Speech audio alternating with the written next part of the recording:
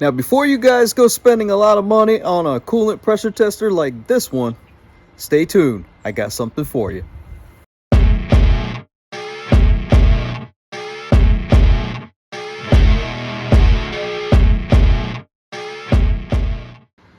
Welcome back to the channel, you guys. My name is Jack. This is Gas Diesel Garage, and in today's episode, it's Make Your Own Tool Day.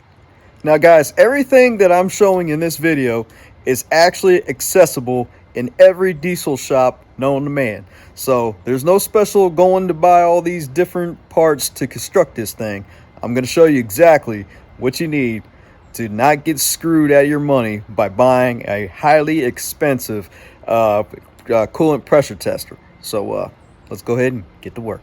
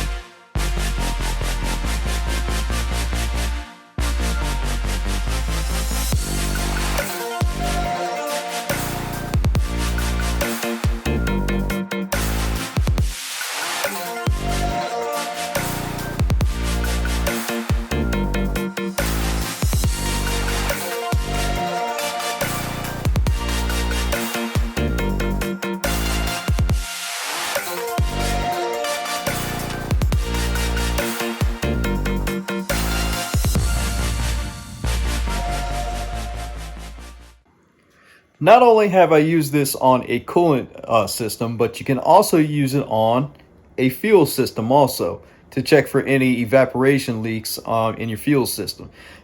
It can actually be done on any cap, really. So why don't you just go ahead and make yourself one and save you a bunch of money. Now, with all that being said, I hope you enjoyed the video, and that's just going to be a wrap for today's episode of Gas Diesel Garage. So make sure you like, subscribe, share the video, and we'll just have to see you next time. Peace.